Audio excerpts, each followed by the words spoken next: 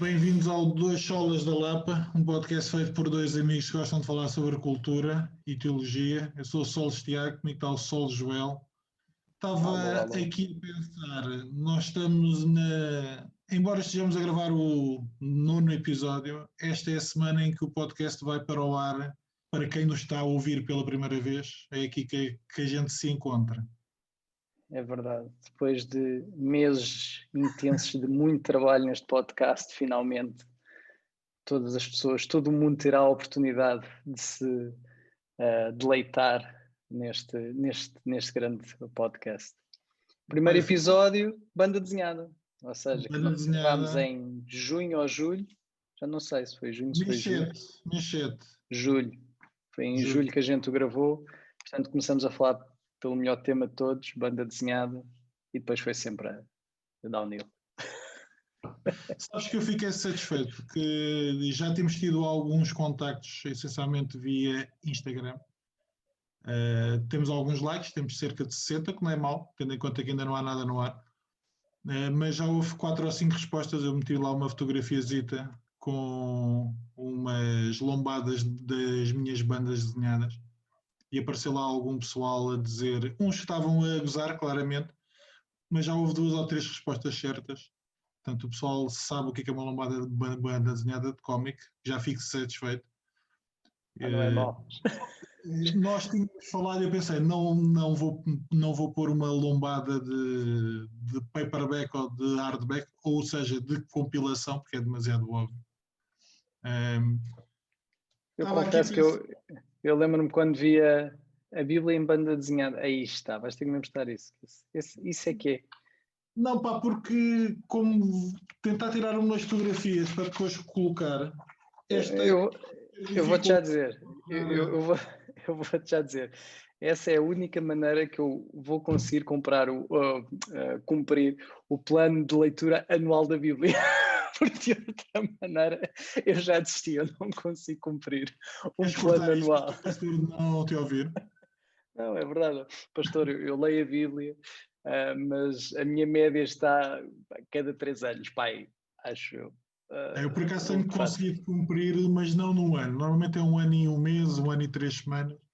Não, isso é 1 ano, isso consegues cumprir. Eu estou a triplicar. Mas isso também é porque é assim, a malta que lê num ano não lê com atenção, eu leio com muita atenção, estás a perceber? Por isso é que eu levo o triplo ou o quádruplo do tempo. É por causa disso, não é por mais nada. Antes da gente começar no assunto de hoje, queres dar aí uns lamirés sobre o que é que achaste da série que andaste a ver no fim de semana? Que eu por acaso também vi.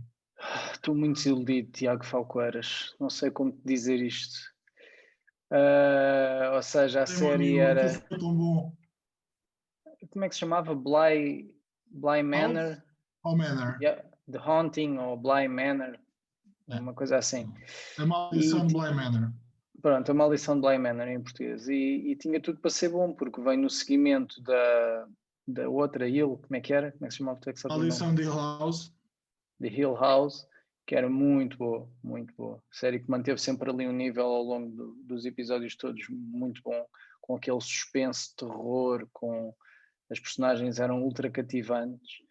E este começa muito bem, esta série começou muito bem. O primeiro episódio eu gostei bastante, o segundo episódio também.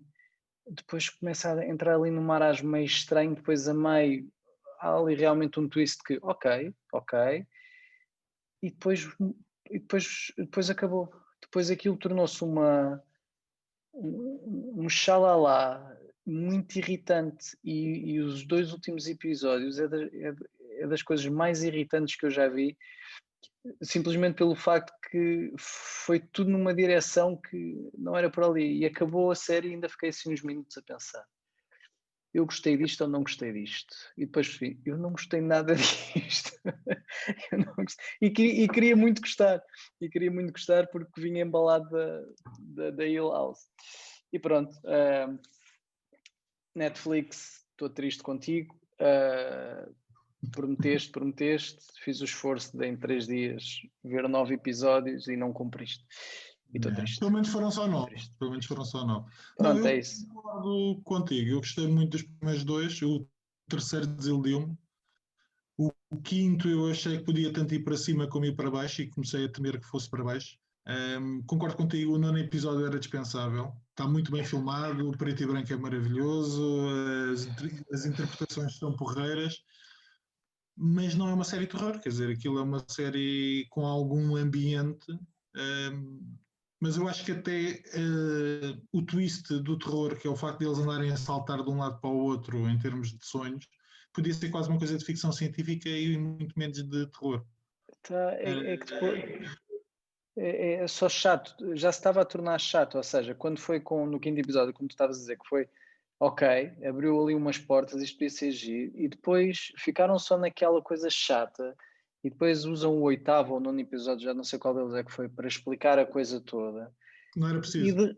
é isso, e de repente tornou-se uma explicaçãozinha para algo que deviam ter gasto um bocadinho mais em ter um bocadinho mais de brilho, como a Hilal era, que as coisas tinham brilho, as cenas, tu estavas sempre à procura onde é que está o fantasma ou onde é que está a coisa. Esta não havia brilho, não houve brilho nenhum. Parece que chegou ali a meio e a malta desistiu disso. Esqueçam isso. Se calhar pode ter sido por causa do Covid. A malta não conseguiram gravar mais e se calhar, olha, não sei. Não, eu acho que a grande diferença é que a primeira série tem todas as personagens são muito boas e tem uma multiplicidade de maneira de tu olhares para elas e os verdadeiros demónios, os verdadeiros fantasmas estão dentro delas. E esta há sempre a tentativa de mostrar que as personagens são mais do que aquilo que são, mas tu começas a perceber um bocadinho o que elas são. E a grande verdade é que as assombrações acabam por ser menos do que isso. Portanto, tanto o namorado ou o noivo dela, aquilo ao final de um bocado morre o interesse. Tu depois começas a perceber que uma das personagens já faleceu e afins. E isso sinceramente marcou a minha desilusão para com as personagens. Percebi que eles me estavam a tentar dizer algo, mas o algo que eles me estavam a tentar dizer não foi tão interessante quanto na outra. Pouco chinho, foi muito pouco chinho. E para personagens mortas prefiro o Sexto Sentido. Faz mais o meu género, está mais bem contado, no meu ver. Mas pronto, olha, mas por falar em maldições e assombrações e coisas, acho que o tema de hoje enquadra-se perfeitamente. Vamos estar a falar de pastores. Pastores. Eu obriguei-te a ler um livro, salvo seja. Ou seja, eu li um livro e achei que podia ser interessante nós fazermos uma série de podcasts sobre a temática. Eu já então, olha, contigo, e sei que tu concordas comigo, é o pior título de sempre e uma das piores capas de sempre. Sim, Tiago, sabes que eu já disse várias vezes isto em vários podcasts e volto a dizer, o Tiago é o meu dealer. Além de meu dealer, é o dealer de muita gente na nossa comunidade. Levamos sempre muito a sério as coisas que o Tiago nos põe em mãos para nós lermos. Eu leio tudo com muito carinho, ou tento ler tudo. Por acaso houve um ou dois livros que ele me passou que eu não consegui ler todos totalmente, mas 98% das coisas que ele me passa são realmente muito boas. Aliás, as que eu li, as que eu não consegui acabar de ler também eram muito boas. Eu é que sou um bocadinho limitado em algumas coisas. Mas, Tiago, é o que tu estavas a dizer. Epá, eu não sei o que fazer. Para quem nos segue pelo YouTube, quem nos segue pelo Spotify ou pelo Apple Podcasts ou num sítio qualquer, vão ao YouTube só ver a capa que eu estou a partilhar. O Tiago passou-me este livro e eu não sabia o que fazer com isto, porque há folhetos do Lidl bem mais bonitos do que esta capa. E foi muito difícil começar a ler este livro. Só uma coisa, the book your pastor wishes you would read, but it is too embarrassed to ask. Ou seja, em português qualquer coisa como o livro que o teu pastor gostava que tu lesses, mas fica com vergonha de te pedir. Vá. Sim, e depois a própria capa, que por si é má, e eles achavam que podiam fazer a cena em infinito, ou seja, que é uma capa sobre outra capa, a Inception. Portanto, isto torna tudo muito complicado. Mas pronto, um mês depois do Tiago... O conteúdo é um bocadinho melhor do que a capa. Exatamente.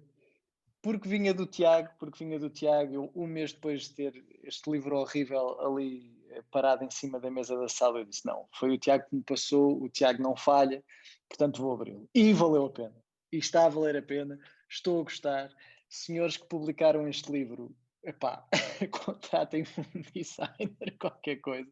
A malta que faz os cartazes do Lidl não são as pessoas indicadas para fazer capas. Pronto. Mas é isso, Tiago.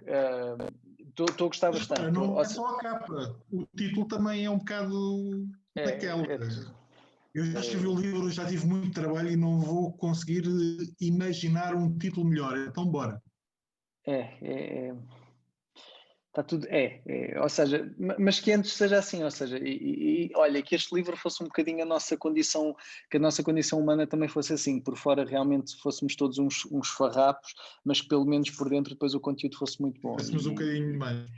Pronto, nós infelizmente acho que muitas vezes pecamos pelo contrário, mas pronto, é isso. The Good Book Company, mudem as capas, por favor, dos vossos livros. É só isso que eu tenho a dizer. Mas, Tiago, dito isto, o livro realmente é muito interessante. Eu ainda não estou a pouco mais de metade, mas tu já me tinhas falado. O livro é muito simples, a escrita é muito simples, ou seja, não é um livro literário de uma pessoa se apaixonar pela escrita, mas é um livro muito prático. E realmente neste assunto dos pastores, às vezes, não sei, diz-me o que é que achas, mas falta-nos alguma praticidade, ou às vezes tendemos a querer ser muito práticos com os pastores em alguma coisa e depois também não estamos a fazer o bem. E este livro realmente levanta nesta dinâmica de apresentar pessoas fictícias ou não, porque ele também baseia na sua experiência. Christopher Ash foi pastor, agora pelo que ele diz no livro não é, mas baseia alguns casos com pessoas, casos que ele teve com algumas pessoas, para dar algum enquadramento como nós, enquanto crentes, nos portamos às vezes em relação aos nossos pastores, seja para o bom, seja para o mau. Eu lembrei-me disto, aliás, nós gravámos aqui há umas semanas atrás um podcast com o Tiago, com o nosso pastor, com o Tiago Cavaco, e a determinada altura nós falávamos do sabático dele e da forma como a igreja se uniu para poder enviá-lo durante 6 meses para descanso. E essa é uma forma prática, aliás, o livro fala sobre como cuidar do seu pastor, e o livro fala sobre isso, sobre as maneiras como nós podemos, maneiras mais práticas no sentido de ocuparem o nosso tempo, ou o nosso dinheiro, ou as nossas mãos, os nossos corpos, mas também a questão de podermos orar pelo pastor, podermos servir de algum tipo de apoio.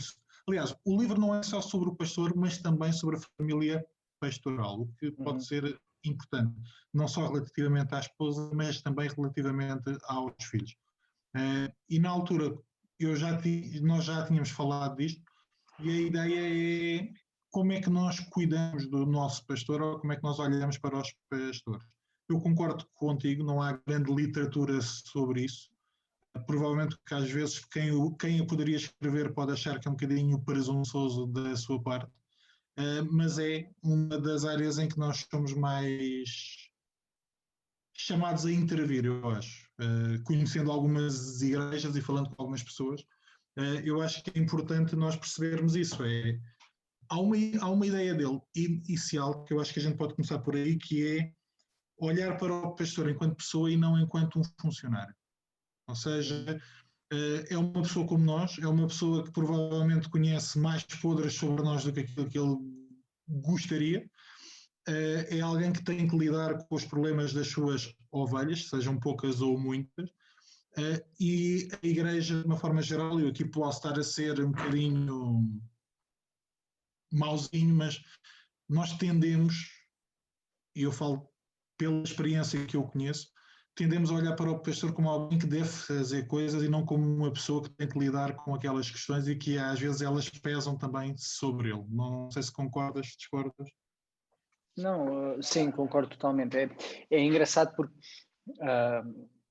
quando falando do meu caso pessoal, eu quando chego à igreja onde nós estamos, à igreja da Lapa, na altura não era a igreja da Lapa, ainda era missão em São Domingos de Benfica, mas já vou porque conhecia, ou porque conheci um ano antes ou 2 anos, já não sei, o Tiago. Eu tinha estado um período fora da igreja, não estava a frequentar nenhuma igreja e depois acabei por ir para a igreja da Lapa. É verdade que eu pensando na minha experiência pessoal com o Tiago enquanto pastor,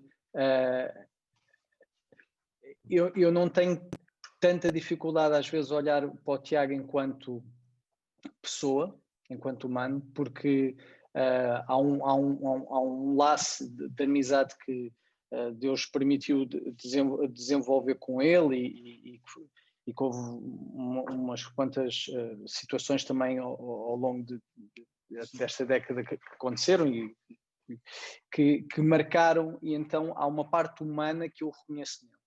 Mas depois é engraçado porque, efetivamente, quando estava a ler o livro, uma coisa que me surgiu foi, na nossa igreja pelo menos, nós na verdade não temos um pastor, temos 3 pastores, não é?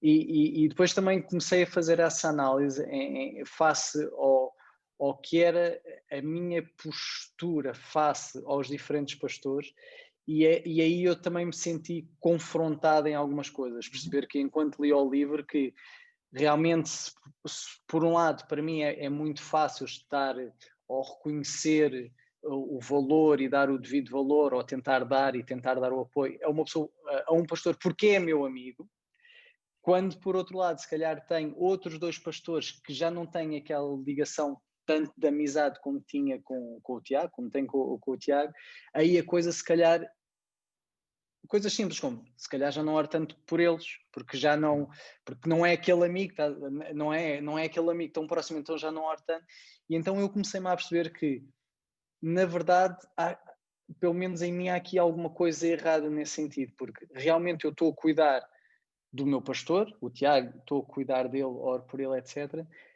mas às vezes não é só por ele ser meu pastor, e ainda bem que não é, mas acho que estás a perceber o que eu estou a dizer, mas é porque há uma amizade.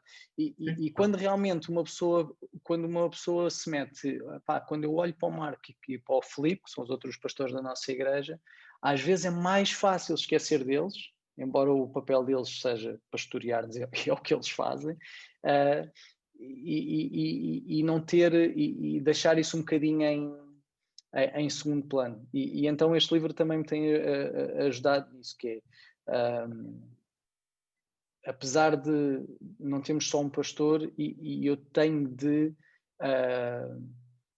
como é que é dizer, tenho que realmente fazer a minha parte por todos os pastores aquilo que me diz respeito. E a primeira coisa delas é logo simples, tenho que orar por eles e tenho que Mas dar esse é um atenção às suas ponto necessidades. interessante e importante, é o facto de nós termos 3, normalmente quando falamos em o teu pastor, quem é o teu pastor, se calhar associamos ao Tiago e no que diz respeito ao cuidado, então, como temos 3, temos cuidado dos 3. Pegando por aí, e eu acho que te disse isto antes, de que formas, até antes de leres o livro, que formas de cuidar do pastor é que tu te lembraste? Eu realmente tinha-me lembrado da questão da oração. Eu tenho o hábito, de vez em quando, de oferecer alguns livros ao Tiago, que acho que podem ser importantes ou podem ser úteis por aí adiante, e também porque é parte da tarefa dele, é a questão da leitura. Se ele os lê ou não, ele aqui que nos ouve é um problema dele, isso fica por cima dele. Mas, e repara, quando nós passamos o ano passado pela questão do sabático, uma das coisas que ficou mais claro para mim é que, independentemente do nosso contexto português, o sabático para mim é uma coisa cada vez mais importante. Ou seja, apesar do nosso contexto ser muito diferente do contexto americano, em que o sabático é uma coisa mais comum, por causa do esforço, por causa do trabalho, por causa do ritmo, por causa, às vezes, da ausência de cuidado, não só da igreja, mas também do contacto com outros pastores, com outras comunidades. Não quer dizer que isso possa acontecer na nossa comunidade em grande percentagem, mas pronto. Eu acho que é uma necessidade para qualquer tipo de pastor, ou para qualquer pastor em qualquer lado, mas também em Portugal, ter algum período. Claro que isso vai trazer algumas dificuldades, porque quando tu és o único pastor na igreja, dificilmente a igreja consegue prescindir de ti durante 1 mês, 2 meses, 3 meses, 2 semanas que seja.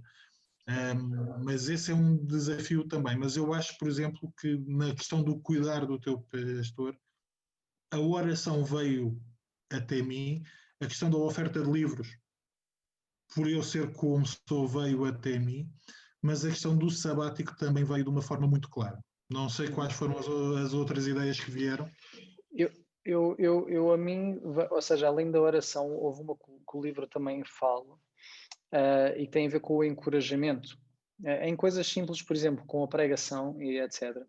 Eu fiz a ponto que eu fiz, ou seja, que é mais natural. Eu passo muito tempo em cima de um palco, este ano menos, este ano por acaso passei muito pouco tempo em cima de um palco, mas não vamos falar Porquê, assim, Joel? Porquê que senão não eu vou falaste isto? chorar. Não sei, ninguém sabe. Mas a verdade é que nós gostamos de ser, não há volta a dar. Às vezes isso depois tem problemas, mas nem é aí que eu quero ficar agora, mas o sermos reconhecidos por alguma coisa às vezes é importante, especialmente quando fazemos bem. E às vezes nós aplicamos esta coisa de, ok, obviamente que tudo aquilo de bom que acontece ou que bom fazemos, devemos a Deus. Mas às vezes perdemos aquela noção também de às vezes reconhecer as pessoas que Deus está a usar para fazer algo bom, é algo que é chato. E uma coisa que o livro diz, e que eu por acaso, por causa desta experiência e de perceber o quão às vezes é encorajador alguém nos reconhecer por algo, ou seja, não é idolatrar-nos, não é isso que eu estou, mas reconhecer, e tu sentes entusiasmado para continuar a fazer.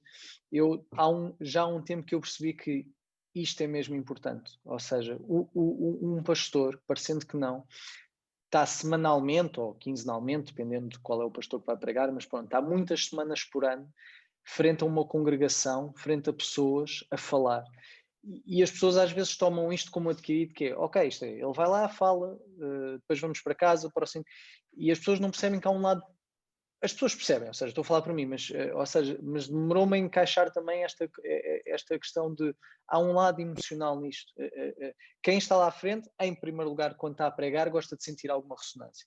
E mesmo no depois, gosta, quando nós somos abençoados, eu acho que é a primeira coisa a encorajar, é dizer, Deus realmente está-te a usar, Deus usou-te. Isto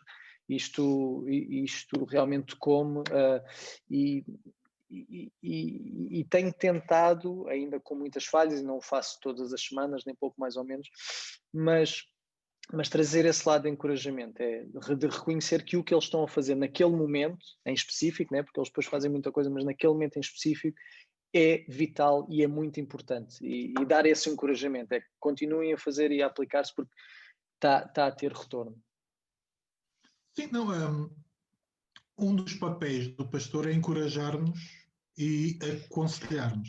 E se nós partimos do princípio que eles são pessoas como nós, tentar perceber quais são os nossos pensamentos ao longo da semana, como é que é o nosso estado de espírito ao longo da semana, qual é o nosso entusiasmo ou o cansaço, e perceber que alguém que passa 60%, 70% do seu tempo a preparar para pregar, mas também a aconselhar e a encorajar, ou a ouvir sobre lutas, sobre pecados, ter a ideia que é um super-homem. Não é uma ideia que está presente na Bíblia.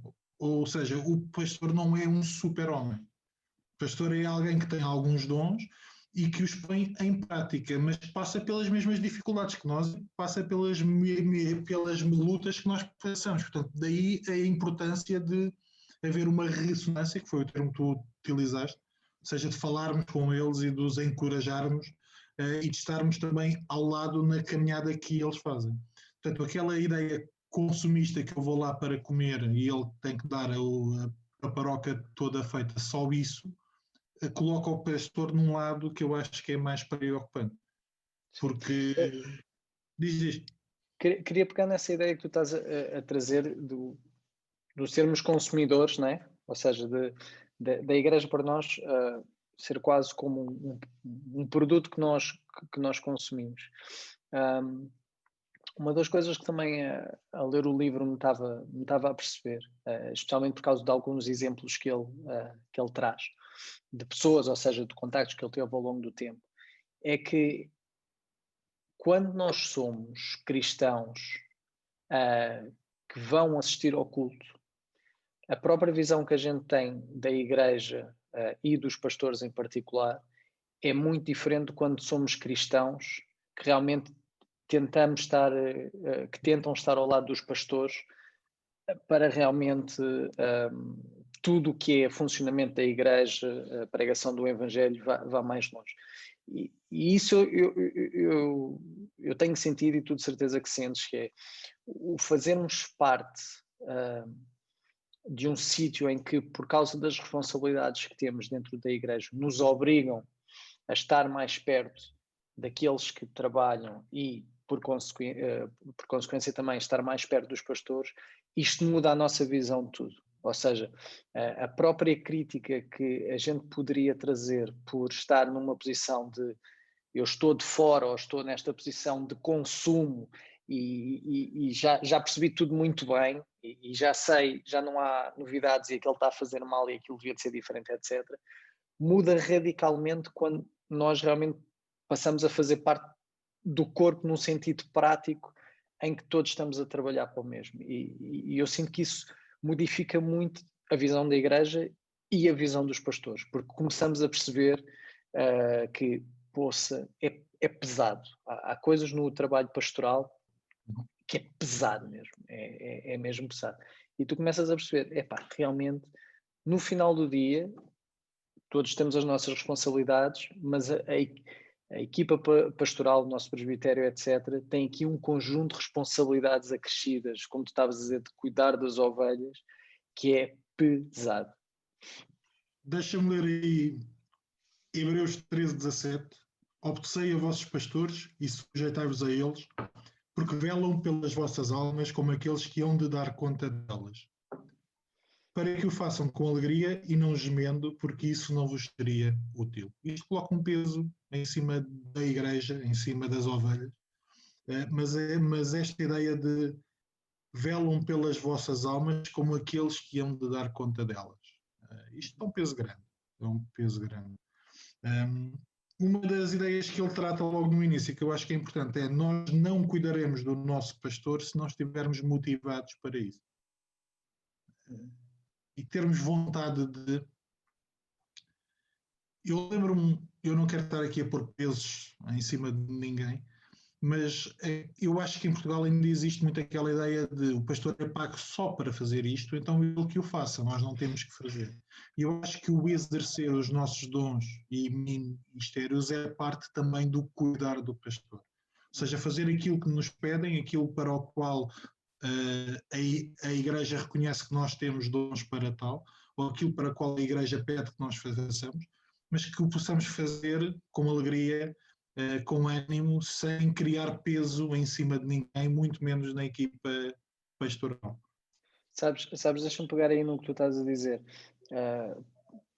Uma das coisas que eu noto que faz toda a diferença, e de certeza que os nossos pastores o diriam, ou seja, sinto-me confiante nisto que eu vou dizer, é nós precisamos, ou seja, mais do que fazer só aquilo que nos pedem ou que nos é devido, há uma proatividade que é esperada. E eu acho que aí, enquanto igreja que somos, enquanto outras comunidades, às vezes acho que até há pessoas que podem dizer, não, eu sirvo no que for preciso, mas há um passo grande que vai entre eu sirvo no que for preciso quando for chamado a bora lá, o que é preciso fazer, eu quero fazer, eu vou fazer isto. E isso muda tudo. E eu sei que torna-se um motivo, acho que de alegria para todos, para toda uma equipa, especialmente para os pastores, quando não tem que cair mais sobre eles o peso, ou sobre a diaconia o peso de ok, agora tenho que pedir ao Joel para ir fazer aquilo, ou ao Tiago para ir fazer o outro, etc. Quando nós estamos atentos às coisas que são necessárias e que as podemos fazer. E eu acho que a questão da proatividade é motivo de alegria, ou seja, é motivo também que pode... uma forma de motivar. Exatamente. Porque realmente estava a pensar agora, enquanto tu falavas, que realmente há os que assistem, há os que há a proatividade, mas também há aquele sítio também meio cinzento que também não ajuda ninguém, que é, estás lá quando te chamam, e quando dá jeito a ti, quando te chamam, e a igreja é mais que isso. Os pastores é o que tu estás a dizer, o pastor não está lá, pagam-lhe a ele, portanto ele é que tem que comandar as tropas em tudo e mais alguma coisa, etc. E essa ideia tem que mudar. E essa ideia, desculpa só dizer isto, já estou a falar muito, Não. a parte da alegria, nesse versículo que ele fala aqui no livro, e nunca me tinha feito o clique, faz toda a diferença. Porque a alegria é uma coisa difícil. Eu acho que posso dizer assim, eu acho que sermos pessoas alegres, temos que ser pessoas gratas, e a gratidão é uma coisa que não nos vem facilmente. E quando tu és um pastor e tens que levar com tanto problema das tuas ovelhas, acho que é fácil, se tu não és cuidado, de facilmente essa alegria desvair. E se essa alegria se esvai do pastor, a culpa obrigatoriamente também é das ovelhas. E isto foi algo que, a ler o livro, ainda bem que o Chaste me fez aquele clique. A alegria é aqui uma parte muito importante da coisa.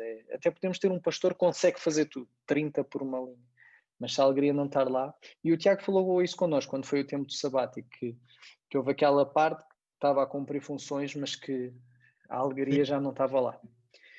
E não é aí que nós queremos o nosso pastor. Não é aí que nós queremos o nosso pastor. Deixa-me ler só Hebreus 13:7, porque liga com o que tu estás a dizer. Lembrai-vos dos vossos pastores que vos falaram a palavra de Deus, a fé dos quais imitai, atentando para a sua maneira de viver. Tem a ver não só com a imitação, mas com ser alegre, ser contente, ser satisfeito com a maneira como estamos a ser guiados, e também de reconhecer uma autoridade e um exemplo que devemos querer imitar. E isso é importante. Ou seja, se nós tivermos um pastor que achamos que não vale a pena ser imitado, então se calhar alguma coisa tem que mudar no pastor. Mas se reconhecemos que o pastor está a ser fiel, que ele tem feito uma série de coisas, que está a ser fiel ao mandado de Deus, então vale a pena nós querermos não ser diferentes, mas querê-lo imitá-lo, e isso também é dar o valor devido. É reconhecer que aquilo que ele tem feito não só segue a vontade de Deus, mas também tem sido abençoado por Deus.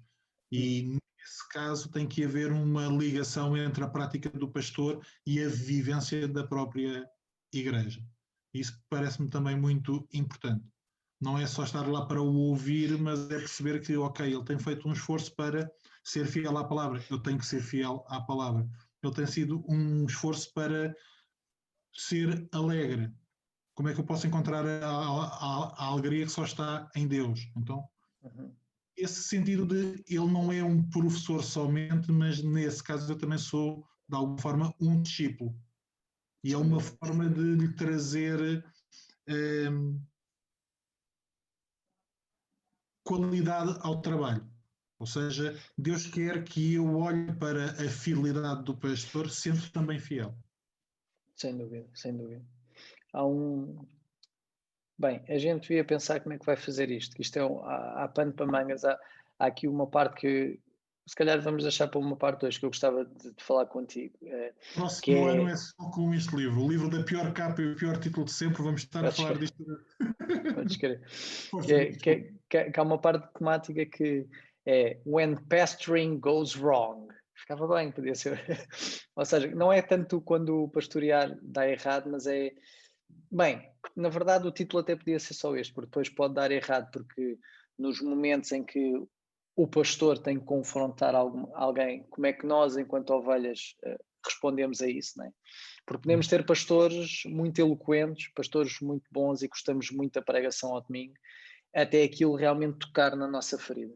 E quando somos mesmo chamados a atenção, e como é que nós reagimos nesses momentos?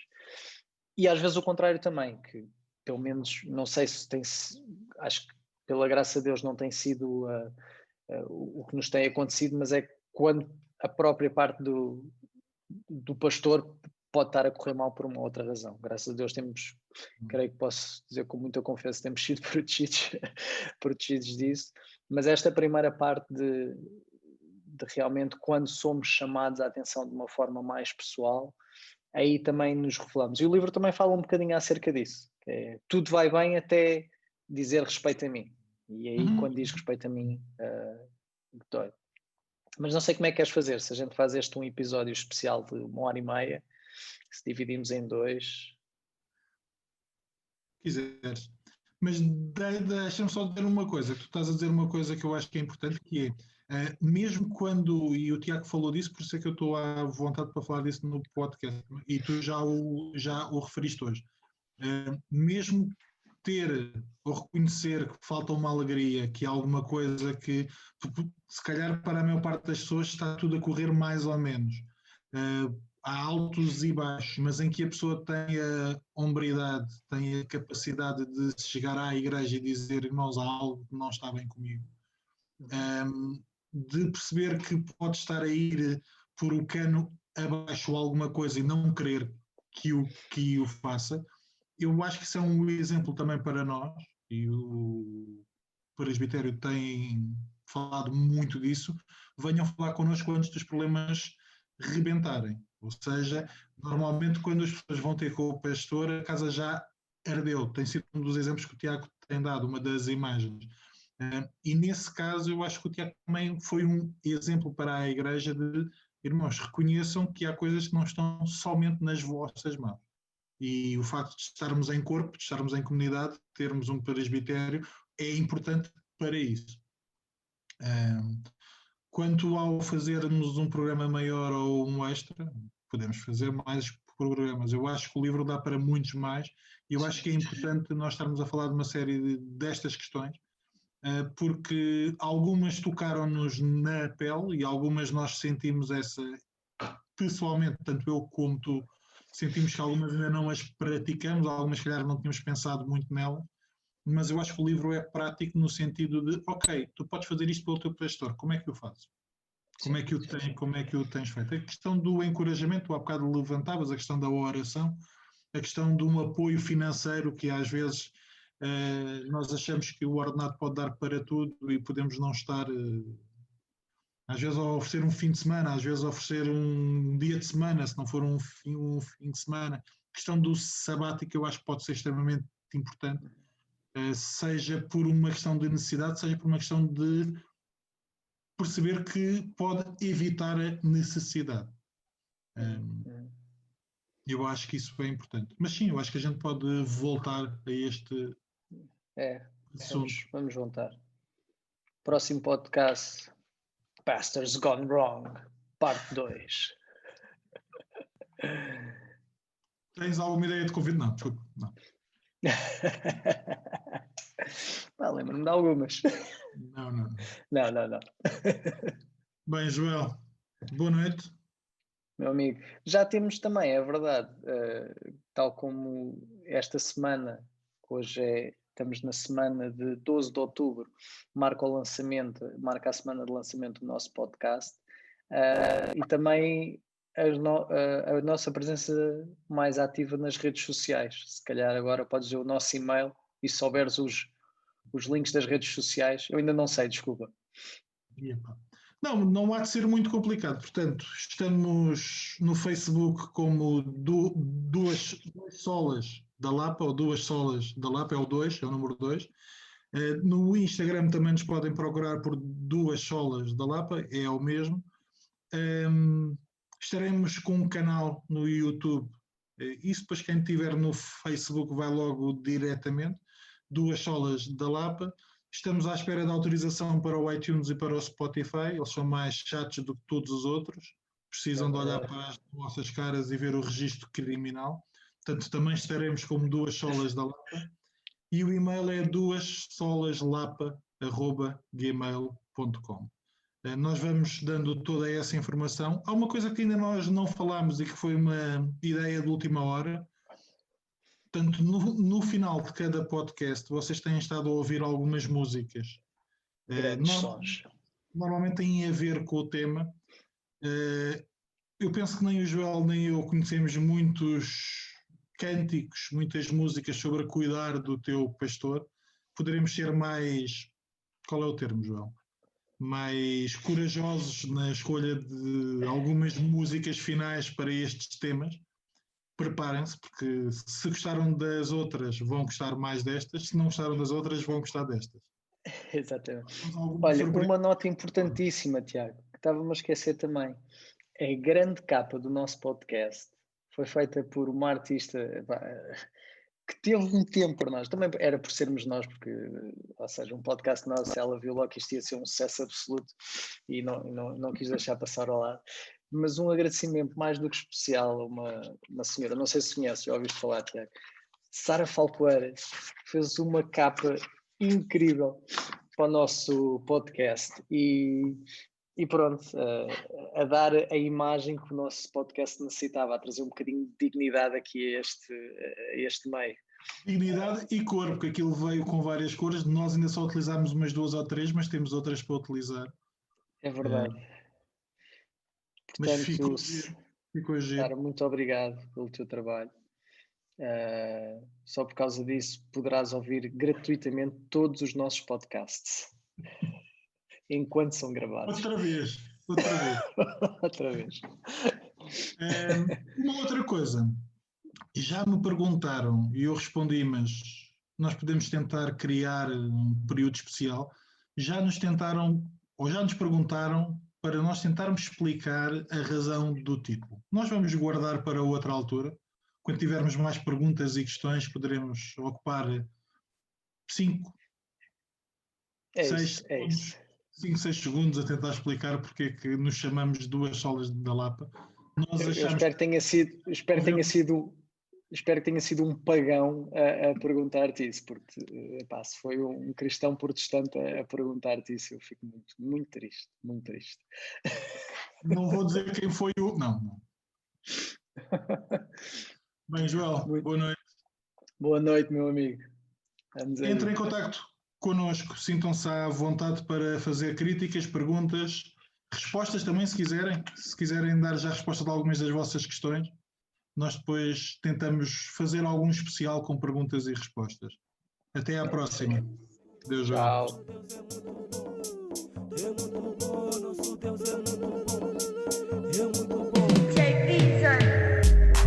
É muito bom.